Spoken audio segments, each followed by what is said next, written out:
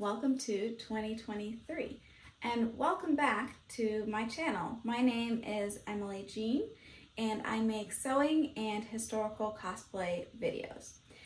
As we get ready to gear up for 2023 and do all of the fun planning for projects that we want to do in the next year, I always think it's a good idea to look back upon what we've accomplished the year before. I have a tendency to get to the end of the year, think, oh, I didn't really do that much. I look around on social media, oh, why haven't I been able to sew as many things as other people? And I start getting in this really negative mindset. So this year I thought, you know what, I'm gonna actually pull out everything that I made this year. Let's see how much it actually is. And I found that in doing so, I gained a better appreciation for the things that I accomplished and achieved in the last year. And hopefully you guys at home, if you are sewers and makers, you can do the same thing. And, hopefully it'll make you feel the same way. So let's get into it.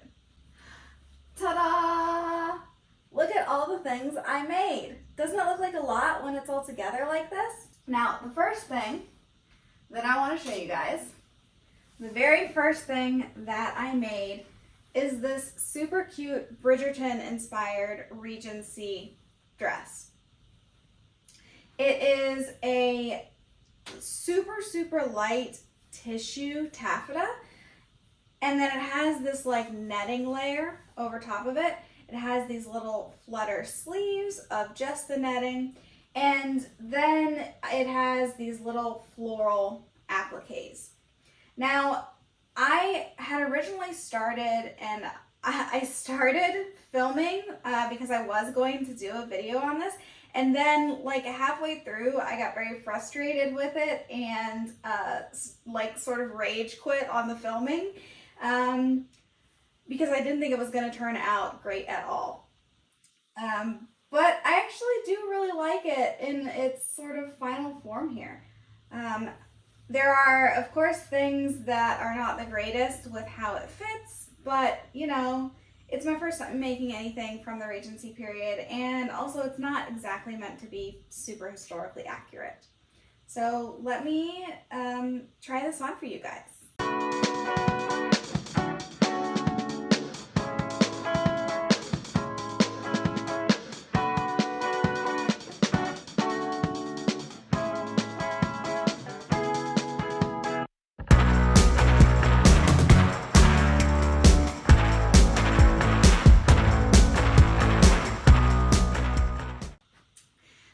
I made was just a casual blouse to wear to work, nothing historical, just modern day clothing.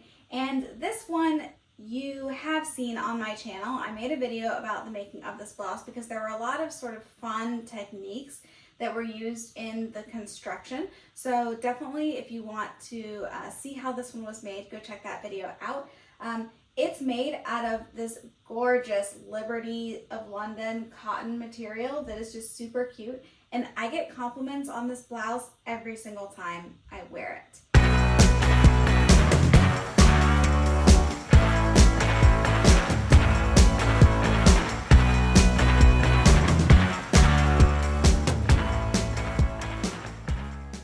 Continuing with our theme of blouses, the next thing I made was this super cute blouse. I did film the making of this blouse. I just kind of got bored while editing it and wasn't sure anyone would want to see it. So if you do really want to see a video of the making of this blouse, let me know in the comments below and maybe I will be able to put that out in the next year. But this is just made from a quilting cotton that I got at Joann Fabrics. I just loved this geometric design and all the colors, and it even has like that sort of, I don't know, sometimes quilting cottons have like where it almost looks metallic, so it's got these little sort of like metallic speckles on it. But yeah, I made this from an indie pattern. I think it was called the Reese. Don't quote me on that pattern, but I'll put a link for that in the description below in case you guys want to make your own. I did, of course, as always, make some adjustments to the pattern to accommodate my short height.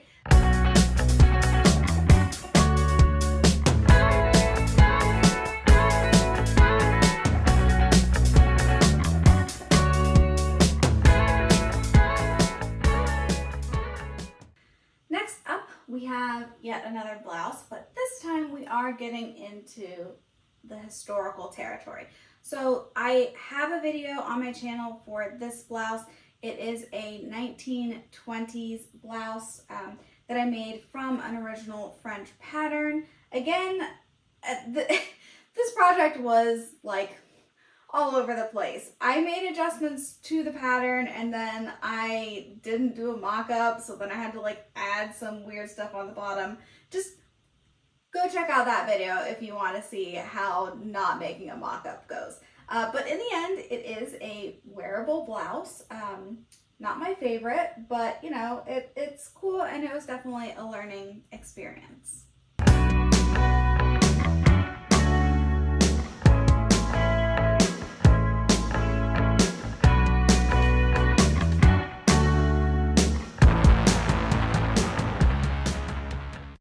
Okay, you guys, next, this is a dress. It's one of my favorite modern day clothing things that I've ever made. Again, just quilting cotton that I got at Joann Fabrics, but it's just so cute. It looks way cuter on, you guys will see in a minute, than it does in the hanger, but it has 4 pockets in it. It has pockets in the front and in the side. So this is like the most perfect dress. I don't even have to wear a purse with this dress.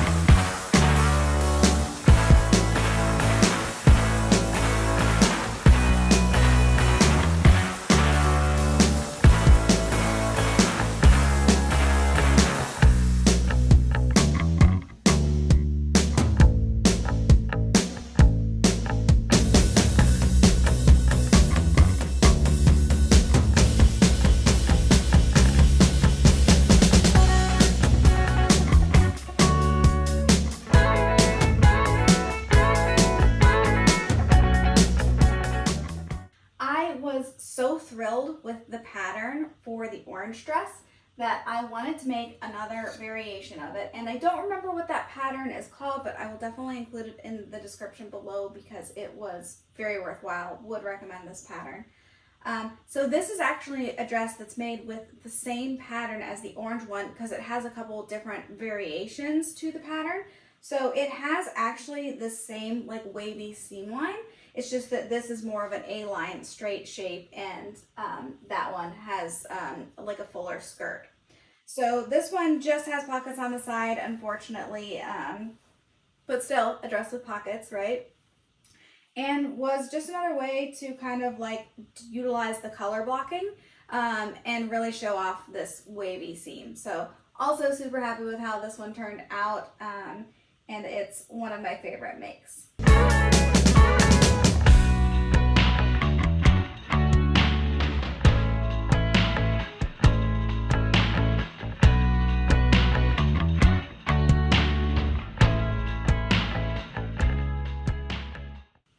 Now this next one you guys have definitely seen. I do have a video. Oh no. I do have a video on my channel of this dress. This is like probably hands down my favorite thing I've ever made. I feel like I'm saying that too much, but I do love this dress. This also is Joann Fabrics quilting cotton.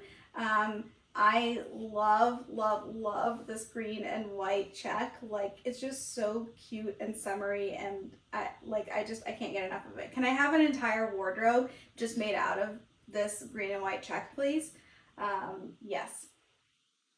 So it's the Hubbarding Patterns Bethany dress, and it's a cute little wrap dress. It's got these little sleeves. This was the first time that I've put elastic in sleeves, so that was kind of a fun new experience for me. And I just love how this dress turned out. It's so cute. The only thing that I might do in the future is add pockets to it, because the pattern doesn't have pockets, and I sort of halfway thought that maybe I should just add some like side seam pockets in there, but I didn't, and I definitely regretted that decision. Like, dresses need pockets. We need pockets. We need places to put our things.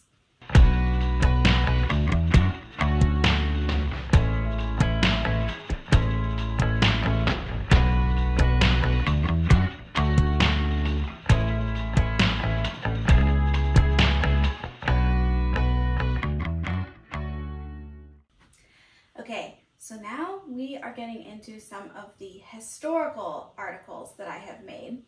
I'm going to start with these. These are the side hoops. You can see kind of, here's what they look like.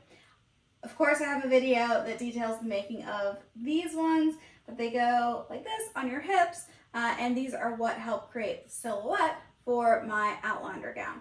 Now, for these next couple items, I'm not going to try it on for you here because it kind of is a lot of work to put on the whole getup, but I'm going to insert a couple clips from my reveal video for that project so you guys can see what the outfit looks like all put together. And of course, you can go and watch the videos on my channel for this project. There's a lot of them. They detail the making of all the parts. And then, you know, my favorite video is the final reveal video at the end where I just get to like prance around and look pretty, because like that's kind of why I do this. Okay, next in this same project, we have the petticoat. So this was 18th century style petticoat, which I had made before, but I had never done one that was the silhouette with the wide side hoops.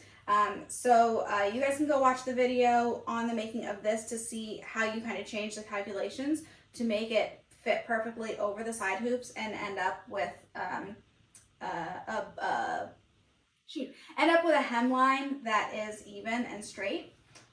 But yeah, this is in a wonderful silk Dupioni. I was able to match pretty perfectly the color from the Outlander show, the outfit that I was basing this off of. So I was super, super happy with how this turned out.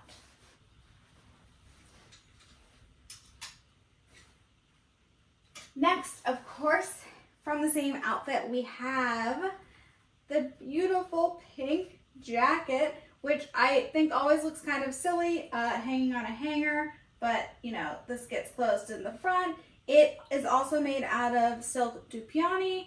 Again, pretty perfectly was able to match the color from the inspiration. And even though in the time period they wouldn't have used Dupioni because of the slubs to the fabric, just from looking at the pictures from the show, in Outlander they did use Dupioni. Like, you can see the slubs, and I think it looks beautiful. It adds just kind of like a depth and dimensionality to the fabric. But yeah, that plus the lace, which, go watch the video, I had to spray paint the lace to get it to be the right color, and then this additional trim, and then the cute little buttons, which I just loved. And this jacket, one thing that I did differently from the inspiration is I added these cuffs, which do make it more historically accurate, and I also think are just more flattering on me. And it was the second time that I've tried to do cuffs. The first time was an absolute failure, and I gave up on it. That was with my Chocolate Girl outfit. Again, videos on the channel about the making of that, and the breakdown that I almost had trying to make cuffs for that jacket. But I'm really glad that I was able to give it a second go and sort of accomplish that with this jacket. Last but not least for this outfit is the hat. Made from scratch, with using the same fabrics, the floofy little feather, and attached to the headband so that I can wear it easily. And it looks a lot better when I like do my hair and put it on all properly, but super proud of making this little like mini hat. Okay, so now I'm going to show you guys some historical items that you definitely have not seen yet because they are the undergarments for an upcoming project. So I am starting to branch out as far as the time periods that I want to do historically, and I want to do some 1910 stuff. So I really like the Titanic era. I also like moving further in, like up, 1916, 1918, right? This is a decade in fashion where things changed rapidly from like the Edwardian silhouette to the 1920s, like straight up and down flapper. So I need to make undergarments that are going to be versatile enough for the entire decade. Kind of similar to how I'm using my 18th century stays for like the entirety of the 18th century. Even though stays, styles, and the silhouette did kind of subtly change throughout the century. So kind of same idea here. Want to be economical with my undergarments. So first thing we have is what you wear underneath. So instead of a shift, we have moved on to these sort of like split drawer situation here. So this is the first thing that you put on for the undergarments. Next, we have our corset, and this is the Ryla corset, or Rila, I don't know how you're supposed to say it, by Regency Dress. And I think this is pretty much the corset pattern that most people use when they're getting into this time period. It is wonderful, it is easy. I did have to make lots and lots of changes to the pattern to get it to fit my body because, again, super short and also like very curvy figure. So that was a little bit challenging. You guys will see that when I put out the video on the making of this one. But yeah, it's really cute. It has the lace at the top, so definitely like more decorative than the stays. I got to use like the metal busk in the front and also got to use metal grommets in the back.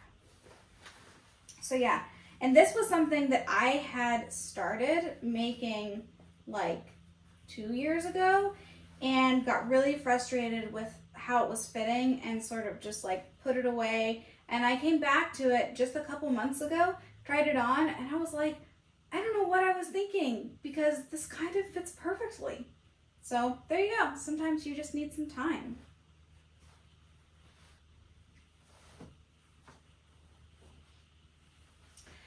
Then we have our petticoat, which goes on top of the corset.